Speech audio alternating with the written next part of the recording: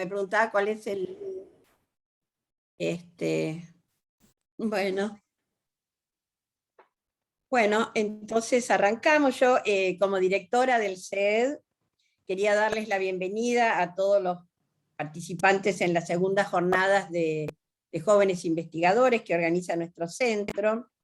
Agradecer, por supuesto, a los participantes de distintos tipos, o sea, los expositores, los comentaristas, los asistentes. Un agradecimiento especial a Andrés López, que va a ser nuestro keynote speaker, que va a hablar sobre imperialismo e interdisciplinaridad de la economía.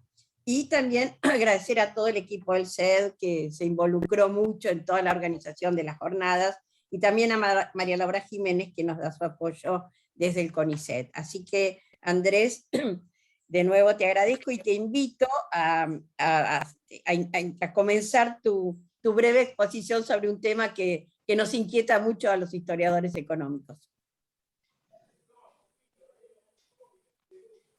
Bueno, buenos días a todas y todos. Muchas gracias por la invitación, y como director del IEP me siento muy contento de participar en estas jornadas del CED, que es un centro que es parte del IEP, y desde su fundación, desde la creación del IEP, allá por 2011, y que refleja justamente, para los que no lo saben, la segunda I de IEP es interdisciplinario, ¿no?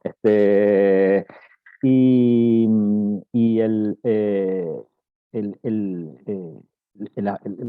la breve exposición que intento hacer justamente radica en tratar de charlar un poco de qué significa interdisciplinariedad, ¿no? Al menos desde el punto de vista de un economista.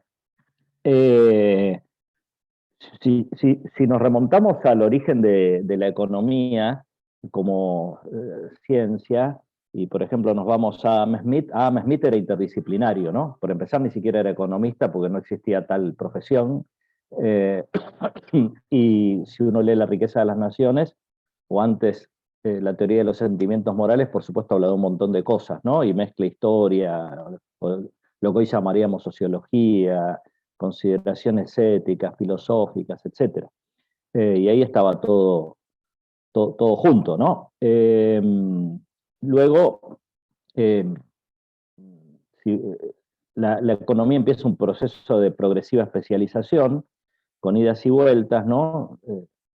Pero hacia fines del siglo XIX, o digamos, hacia 1870, para ser más preciso, los economistas, o al menos una parte de ellos, intentan separarse violentamente del resto de las ciencias sociales, que estaban naciendo, por supuesto, muchas de ellas en aquella época, como la sociología, por ejemplo, y lo hacen a partir de el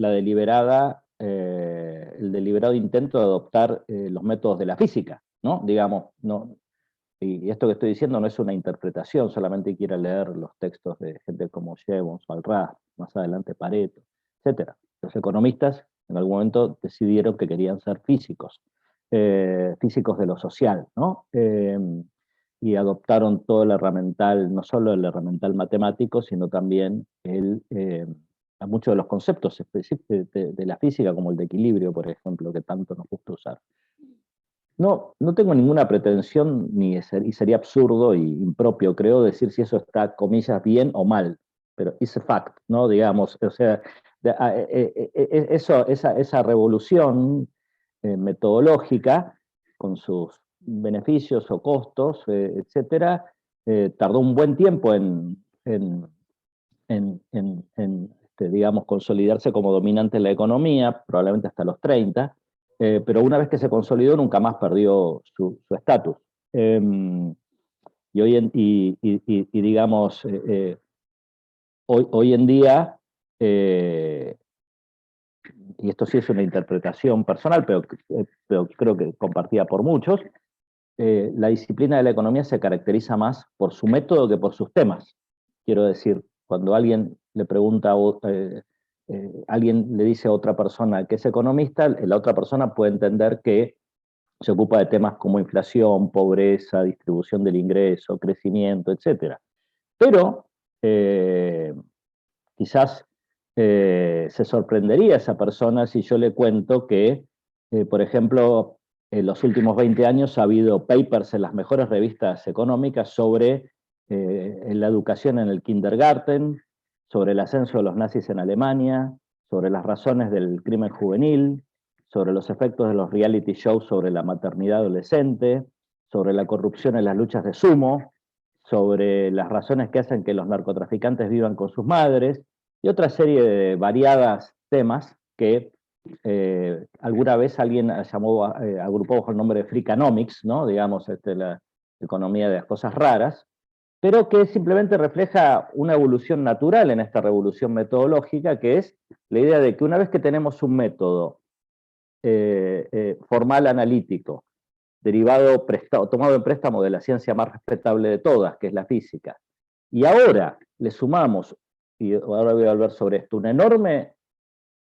cantidad de datos a disposición y una enorme cantidad de poder computacional para procesar esos datos, más el perfeccionamiento de las técnicas estadísticas propias de la economía, lo que llamamos econometría, podemos juntar ese aparato teórico y el poder de los datos y la capacidad de procesarlos y analizarlos y extraer conclusiones a través de técnicas econométricas cada vez más complejas para analizar cualquier aspecto de lo social. Cualquier aspecto de lo social puede caer bajo nuestras garras y ser analizado sin un conocimiento profundo del tema sustantivo. Quiero decir, uno puede escribir un paper sobre el ascenso de los nazis en Alemania y tratar de encontrar un mecanismo causal que pueda tener una identificación rigurosa desde el punto de vista empírico, y no necesita ser un experto en la República de Weimar, ni en los antecedentes de Hitler, ni en la historia alemana. Estaría bueno que lea un par de libros, pero digamos, antes de escribir eso, pero ciertamente el trabajo con un historiador le llevaría 20 años, a un economista con una buena base de datos le lleva uno, ¿no? Digamos, quizás. Y yo sé que esto no es lo que nos hace más populares con los colegas de otras ciencias sociales, ¿no? Digamos, y acá viene la cuestión de imperialismo o interdisciplinariedad. Y les voy a mencionar, yo dicto desarrollo económico, ¿no? En la facultad, y ciertamente lo puedo tomar como un ejemplo de la cuestión de historia, economía e interdisciplinariedad. Por supuesto, cuando nació desarrollo económico como disciplina, allá por los 30, 40, de los 40 más bien, cuando el mundo descubrió que había países pobres y ricos de algún modo, o ese tema pasó al centro de la escena, los primeros economistas que se ocupaban de temas de desarrollo claramente hacían análisis histórico, ¿no? Digamos, estoy hablando de Rostow, Rosenstein-Rodan, etc. Y más adelante, por supuesto, los economistas estructuralistas de América Latina y otros. El análisis histórico y el político y el económico estaban de la mano, de vuelta. Y esos economistas escribían en prosa, ¿no? Y reconocían, por supuesto, que el fenómeno del desarrollo era un fenómeno muy complejo que tenía raíces históricas, culturales y políticas y sociales que no podían excluirse del análisis. En paralelo, había una disciplina dentro de la economía que se llama crecimiento económico, que era todo sobre modelos, ¿no? Digamos, modelos teóricos, modelos formales. En los últimos 30 o 40 años, entonces digamos que y hay un paper de Paul Krugman, un economista, probablemente varios de los presentes hayan escuchado de él, que en algún momento dice, ok, digamos, en los 90, muchos economistas agarraron aquellas viejas ideas de Hirschman, de Rosenstein-Rodan, etcétera, y las pusieron en modelos, y entonces ahora los economistas entienden, eso, lo que decían esos tipos no era tan disparatado, ¿no? Digamos, lo podemos formalizar. Entonces, se produjo primero, en el campo del desarrollo, una formalización de ideas que habían sido expuestas de forma narrativa o en prosa por los pioneros allá en los 40, los 50, y entonces los economistas, una vez que las metieron dentro de un modelo, dicen, ok, ahora entiendo lo que me estás hablando, ¿no? Pero la segunda vuelta de esto es que en los últimos 20 años probablemente, en función de ese enorme poder computacional y el desarrollo de técnicas econométricas cada vez más complejas, una parte sustantiva del trabajo sobre desarrollo económico en revistas académicas versa sobre temas de la historia, ¿no? Sobre la influencia de la historia. De hecho, hay una explosión de trabajos que tratan de rastrear las causas de, por ejemplo, la desigualdad en la distribución del ingreso, los niveles de bienestar, u otros factores, por ejemplo, la resistencia a las vacunas o diferencias en las tasas de criminalidad en distintos países a partir de eventos históricos pasados, ¿no? Y todo eso se hace a través de técnicas con las cuales no los quiero aburrir, pero que supuestamente proveen una identificación rigurosa causal del mecanismo en cuestión. Ahora, ¿es esto interdisciplinariedad? ¿O es esto imperialismo? Es una pregunta, por supuesto, relevante. Y yo no tengo una respuesta, obviamente, definitiva. Les voy a leer solamente lo que dice Nathan Noon en un paper que pueden encontrar si les interesa.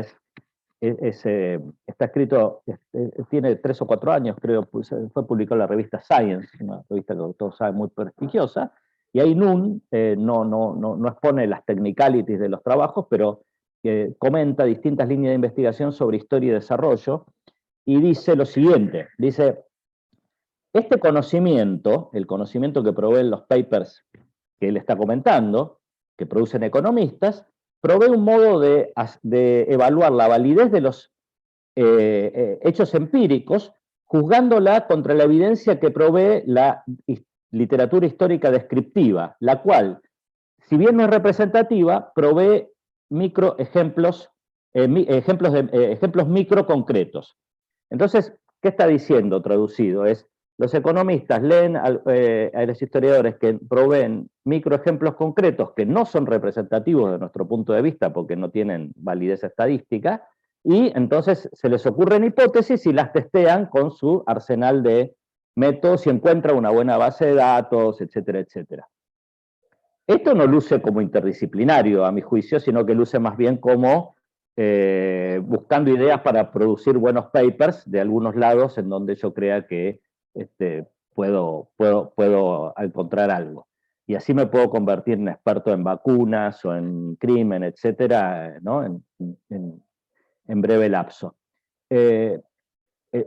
Una buena parte entonces de lo que se produce, por ejemplo, sobre historia y desarrollo, sobre la influencia de la historia sobre el desarrollo económico, caería bajo la categoría, si le queremos poner un nombre, ¿no?, de imperialismo en este sentido. Es una vampirización, ¿no?, de hechos, de hallazgos empíricos que nos proveen otras disciplinas, y nosotros los agarramos y si encontramos de vuelta una buena base de datos que se adecue y que se preste a hacer el procesamiento econométrico sofisticado, los usamos. No, sin embargo, no es todo así, ¿no?, debo decir. Y también hay otra parte de trabajos en donde realmente hay equipos interdisciplinarios compuestos por investigadores de diferentes disciplinas y no solo por economistas que toman ventaja de hipótesis que les proveen otros que hacen el trabajo sucio de campo, ¿no?, de histórico, etc. Creo que entonces la moneda está en el aire, ¿no?, de algún modo, para citar el título de un libro que junto a economista e historiador hace poco, bastante notorio en estos últimos meses, y el IEP intenta promover lo segundo, ¿no? Y de hecho, acá está Aníbal Jáuregui, que está coordinando junto con Daniel Heyman un libro sobre historia de las crisis en Argentina, ¿no? Ese es un trabajo interdisciplinario, aunque quizás no pase los estándares de ultra sofisticación empírica que te permitirían publicar en el American Economic Review, pero tal vez sea útil para entender la realidad anyway, ¿no? Digamos, aunque no se base en ese tipo de aproximación metodológica. Creo que por supuesto el futuro es indeterminado, pero quizás eh, eh, podemos dejar alguna nota de esperanza. En algún momento la interdisciplinaridad era la norma porque no había especialización, luego vino la hiperespecialización, y tal vez, dándonos cuenta que los fenómenos sociales son muy complejos, volvamos a tener algo más parecido a interdisciplinaridad y colaboración real, y no tanto al imperialismo, que creo que es la nota dominante de las últimas décadas del lado de los economistas, y podamos replicar este tipo de experiencias colaborativas entre disciplinas, con todas las dificultades que suponen los diferentes backgrounds, etcétera, motivaciones, metodologías, pero al menos empezar a tener conversaciones que nos conduzcan hacia ese lado. Muchas gracias. Muchas gracias a vos, Andrés, pero además quería agradecer no solo tu exposición, sino también cómo desde la dirección del IEP se estimula, se promueve la investigación interdisciplinaria. O sea, no es solamente un nombre, sino que esto de instituto interdisciplinario, sino que es también una realidad. Así que bueno, esperemos que podamos avanzar siempre con la colaboración. Vos diste el ejemplo del libro que están coordinando Aníbal y Daniel Heyman, pero bueno, supongo que habrá también muchos otros proyectos a llevar adelante. Así que bueno, muchas gracias de nuevo. Con esto ya terminamos la presentación general de las jornadas. A las 10 arrancamos con la primera mesa de historia de empresas. Vamos a dejar entonces un lapso sin grabar para que se vayan integrando las personas que van a participar de la mesa. Así que bueno, muchas gracias de nuevo, Andrés. No, gracias y éxitos en las jornadas. Y esperemos que el año que viene se puedan hacer de vuelta en vivo. Esperemos, sí. Exactamente. Sin lo cual el diálogo es bastante difícil. Así es. Bueno, entonces pasamos ahora a este pequeño intervalo donde se irán sumando las personas que participan en la mesa 1.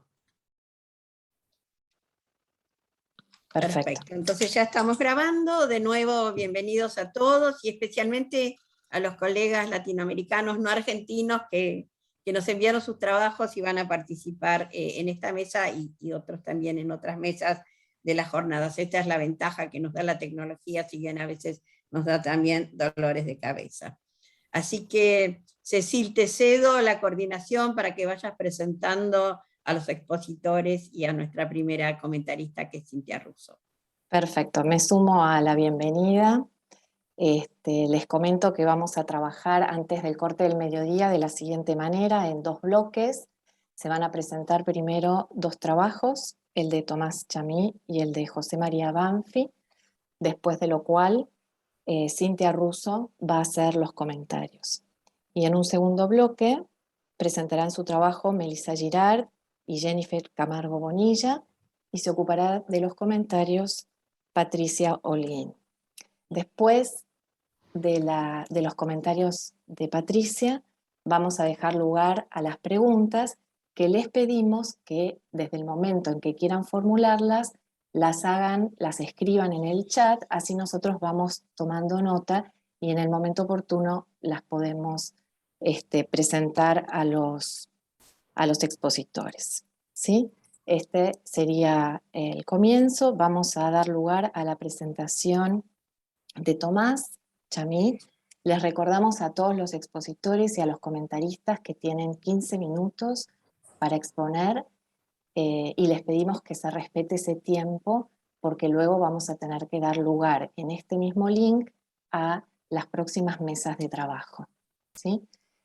Bueno, Tomás Chamí nos presenta su trabajo sobre el desempeño económico de yacimientos carboníferos fiscales entre 1962 y 1975. Tomás radica su trabajo aquí en la Facultad de Ciencias Económicas de la UBA y en el Centro de Estudios Económicos de la Empresa y el Desarrollo. Tomás. Gracias, Todo Cecilia. tuyo. Muchas gracias.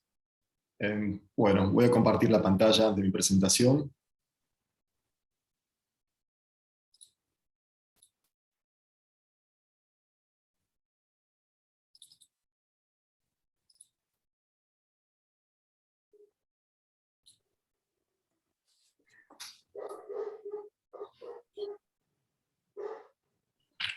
Bien, primero algunas palabras para quienes no saben qué es Río Turbio, qué es yacimientos carboníferos fiscales. En la Segunda Guerra Mundial se produce una grave crisis energética en Argentina, no entra combustible, no entra petróleo, no entra carbón mineral. La matriz energética argentina todavía estaba fuertemente basada en el carbón mineral, sobre todo en la producción de electricidad y en el transporte ferroviario. Esto desató una grave crisis y la respuesta del Estado Nacional fue la de buscar todo combustible que se pudiera explotar en el territorio nacional. Todos sabemos que se quemaron marlos de maíz, se quemó lino y varios granos para alimentar las calderas de las usinas eléctricas y de los ferrocarriles. Y parte de la respuesta del Estado Nacional fue desarrollar el yacimiento de Río Turbio. En el sur de la Argentina, en la Patagonia Argentina, en el extremo sur, en la frontera con Chile sobre los Andes, en la provincia de Santa Cruz. Voy a saltar directamente a los años 60. El yacimiento comienza a operar en 1943. En la década del 50 se mecaniza. Hacia fines de los años 50